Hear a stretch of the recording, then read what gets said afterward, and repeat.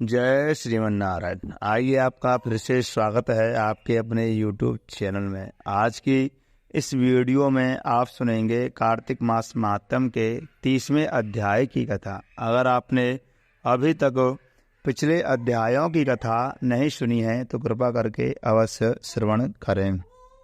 जो भी भक्त सच्ची श्रद्धा और निष्ठा के साथ कार्तिक मास महात्म की कथा को सुनता है तो वह मरने के बाद मोक्ष को प्राप्त करता है। तो आइए प्रिय भक्तों, कार्तिक मास महात्म के 30वें अध्याय की कथा प्रारंभ करते हैं। तो बोलिए विष्णु भगवान की जय, लक्ष्मी नारायण भगवान की जय, सर्वदेवी देवतान की जय। राजा पृथु पूछते हैं कि हे नारद जी, भगवान का अत्यंत प्रिय भीष्म पंचक व्रत कैसे प्रसिद्ध हुआ? तब नारद जी कहने लगे, हे राजा पृथु, यह व्रत आदि काल से है, परंतु बीच में लुप्त हो गया था। फिर यह कैसे प्रसिद्ध हुआ, सो कथा हम तुमसे कहते हैं, सुनो। श्री कृष्ण जी ने भीष्म जी से इस व्रत का वृत्तांत कहा। तब सर्वप्रथम भीष्म जी ने इस व्रत को किया। इसी कारण तभी से यह व्रत भीष्म पंचक के नाम से प्रसिद्ध हुआ। हे राजन, भगवान श्री कृष्ण जब पांडवों की ओर से दूत बनकर के कौरवों को समझाने गए तो सबसे पहले विदुर जी के पास पहुंचे। विदुर जी ने उनका अत्यंत आदर सत्कार किया। फिर श्री कृष्ण भीष्म जी के पास गए। वहां जाकर के कुशल क्षेम पूछने के बाद श्री कृष्ण जी ने अपने आने का संपूर्ण वृत्तांत भीष्म जी से कहा। तब भीष्म जी कहने लगे कि हे भगवान, त्रिलोकी नाथ होते हुए आप पांडवों की ओर से ही दूत बनकर के क्यों आए?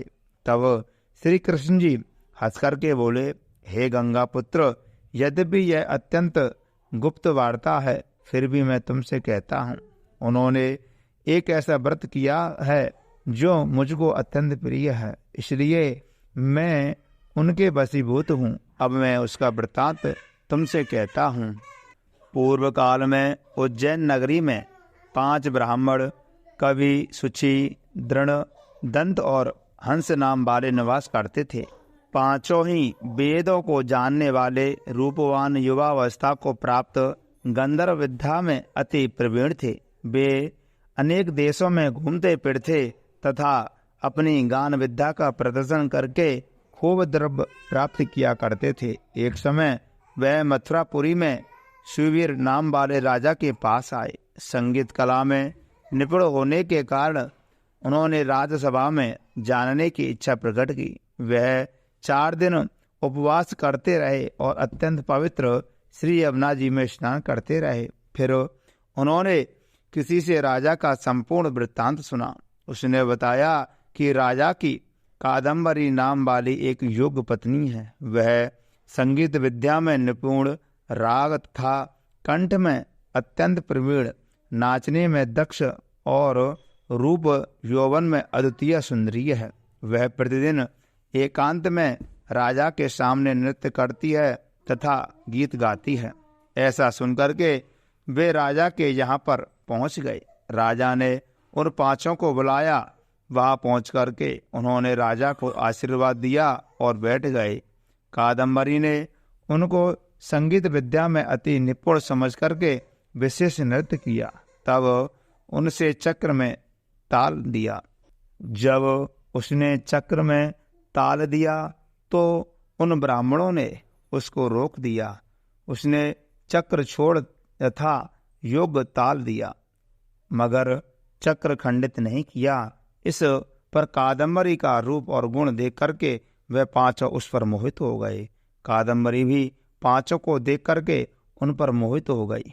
उसने रात्रि को चोरी छुपे ब्राह्मणों के पास अपनी एक सखी के हाथ यह संदेश भेजा कि 5 में से एक प्रतिदिन सुंदर नगरी में दूर उत्तरी कोण में यमुना तट के समीप जन शून्य लताओं से ढका हुआ अनंत नामक तीर्थ है। वहां पर मेरे पास आकर के अपनी अपनी विद्या तथा गुण का प्रदर्शन करो। मैं भी वीणा तथा राग की अपनी कुशलता दिखलाऊंगी। भगवान कहते हैं कि हे भीष्म जी, एक ब्रह्मचारी जो मेरा भक्त था, दुष्ट संगीत के भय से गांव से अति दूर वहां रहता था।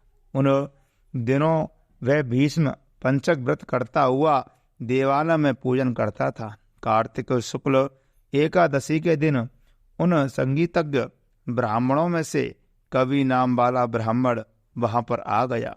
कादम्बरी भी मुनि के उस स्थान पर पहुंच गई जहां मुनि ने जिस प्रकार पूजा की। उस कवि नामक ब्राह्मण ने भी उसी प्रकार भगवान का पूजन किया। उसके बाद बीड़ा लेकर के गान करने लगे। उस मुनि ने अपना मन जीता हुआ था, इस कारण उसने गान सुनकर भी क्रोध नहीं किया। सारी रात कादम्बरी और कवि गायन एवं नृत्य करते रहे। मुनि को गोबर का आचमन करते देख कवि ने भी वैसा ही किया। अतः प्रातःकाल होते ही कादम्बरी राजमहल में पहुंच गई। मुनि की संगीत से उनके समस्त पाप दूर हो गए। इसी प्रकार पांचों ब्राह्मण बारी बारी से नृत्य गान करके तथा भगवान का पूजन करके वापस चले गए।